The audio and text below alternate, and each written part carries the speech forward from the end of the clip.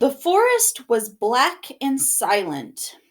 A little way into it, they reached a fork in the earth path, and Harry, Hermione, and Hagrid took the left path, while Malfoy, Neville, and Fang took the right. They walked in silence, their eyes on the ground. Every now and then, a ray of moonlight through the branches above lit a spot of silver blue blood on the fallen leaves. Harry saw that Hagrid looked very worried. Could a werewolf be killing the unicorns? Harry asked. Not fast enough, said Hagrid. It's not easy to catch a unicorn. They're powerful magical creatures. I never knew one to be hurt before. They walked past a mossy tree stump. Harry could hear running water. There must be a stream somewhere close by. There were still spots of unicorn blood here and there along the winding path. You all right, Hermione? Hagrid whispered. Don't worry, it can't have gone far if it's hurt this badly. And then we'll be able to get behind that tree. Hagrid seized Hagrid seized Harry and Hermione and hoisted them off the path behind a towering oak. He pulled out an arrow and fitted it into his crossbow, raising it, ready to fire. The three of them listened. Something was slithering over the dead leaves nearby. It sounded like a cloak trailing along the ground. Hagrid was squinting up the dark path, but after a few seconds the sound faded away. I knew it, he murmured. There's something in here that shouldn't be. A werewolf? Harry suggested. That wasn't no werewolf, and it wasn't no unicorn neither, said Hagrid grimly. Right. Follow me, but be careful now. They walked more slowly, ears straining for the faintest sound. Suddenly, in the clearing ahead, something definitely moved. Who's there? Hagrid called. Show yourself! I'm armed! And into the clearing came, was it a man or a horse? To the waist, a man with red hair and a beard, but below that was a horse's gleaming chestnut body with a long reddish tail. Harry and Hermione's jaws dropped. Oh, it's you, Ronan, said Hagrid in relief. How are you? He walked forward and shook the centaur's hand. Good evening to you, Hagrid, said Ronan. He had a deep, sorrowful voice. Were you going to shoot me? Can't be too careful, Ronan, said Hagrid, patting his crossbow. There's something bad loose in this forest. This is Harry Potter and Hermione Granger, by the way, students up at the school. And this is Ronan, you two. He's a centaur. We noticed, said Hermione faintly. Good evening, said Ronan. Students, are you? And do you learn much up at the school? A bit, said Hermione timidly. A bit. Well, that's something, Ronan sighed. He flung back his head and stared up at the sky. Mars is bright tonight. Yeah, said Hagrid, glancing up too.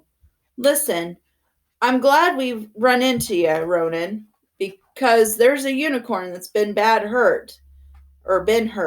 You seen anything? Ronan didn't immediately answer. He stared unblinkingly upward and then sighed again. Always the innocent are the first victims, he said. So it has been for ages past, as it is now. Yeah, said Hagrid. But have you seen anything, Ronan? Anything unusual? Mars is bright tonight, Ronan repeated, while Hagrid watched him impatiently. Unusually bright. Yeah, but I was meaning anything unusual a bit nearer home, said Hagrid. So you haven't noticed anything strange? Yet again, Ronan took a while to answer. At last he said, The forest hides many secrets. A movement in the trees behind Ronan made Hagrid raise his bow again, but it was only a second centaur, black and bodied, wilder, black-haired and bodied, and wilder looking than Ronan. "Hello, Bane," said Hagrid. "All right. Good evening, Hagrid. I hope you're well." "Well enough. Look, I just been asking Ronan. You seen anything odd in here lately? There's been a unicorn injured. Would you know anything about it?" Bane walked over to stand next to Ronan. He looked skyward. "Mars is bright tonight," he said simply. "We've heard," said Hagrid grumpily. "Well, if either of you do see anything, let me know, won't you? We'll be off then." Harry and Hermione followed him out of the clearing, staring over their shoulders at Ronan and Bane until the trees blocked their view. "Never," said irritably, "try to get a straight answer out of a centaur. Ready, stargazers. Not interested in anything closer than the moon." "Are there many of them in here?" asked Hermione. "Oh, a fair few. Keep themselves to themselves mostly, but they're good enough about turning up whenever I want a word. They're deep mind centaurs. They know things. Just don't let on much." "Do you think that was a centaur we heard earlier?" said Harry. Did that sound like hooves to you?" "Nah. If you ask me, that was what's been killing the unicorns. Never heard anything like it before." They walked on through the dense, dark trees. They walked on through the dense, dark trees. Harry kept looking nervously over his shoulder. He had a nasty feeling they were being watched. He was very glad that Hagrid had his crossbow with him. They had passed a bend in the path when Hermione grabbed Hagrid's arm.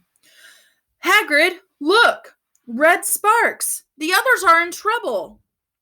"You two wait here," Hagrid shouted. "Stay on the path. I'll come back for you." Why do you have socks? Sorry, guys. My dog. She decided to grab a pair of folded socks that I just folded yesterday. They heard him crashing away through the undergrowth and stood looking at each other, very scared, until they couldn't hear anything but the rustling leaves around them. You don't think they've been hurt, do you?" whispered Hermione. "I don't care if Malfoy has, but if something's got Neville, it's our fault he's in here in the first place." The minutes dragged by. Their ears seemed sharper than usual. Harry seemed to be picking up every sigh of the wind, every cracking twig. What was going on? Where were the others? At last, a giant crunching noise announced Hagrid's return. Malfoy, Neville, and Fang were with him. Hagrid was fuming. Malfoy, it seems, had sneaked up behind Neville and grabbed him as a joke. Neville had panicked and sent up the sparks. "We'll be lucky to catch anything now with the racket you two were making." "Right, we're changing groups. Neville, you stay with me and Hermione. Harry, you go with Fang and this idiot."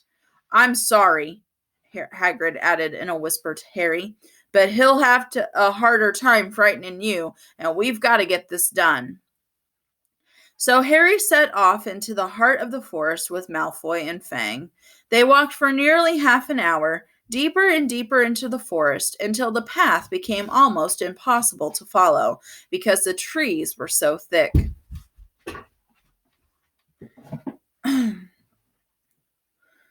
Harry thought the blood seemed to be getting thicker. There were splashes on the roots of the tree. Stop. There were splashes on the roots of a tree, as though the poor creature had been thrashing around in pain close by. Harry could see a clearing ahead through the tangled branches. of an ancient oak. "Look," he murmured, holding out his arm to stop Malfoy. Something bright white was gleaming on the ground. They inched closer. It was the unicorn, all right, but it was dead. Harry had never seen anything so beautiful and sad. Its long, slender legs were stuck out at odd angles where it had fallen, and its mane was spread pearly white on the dark leaves.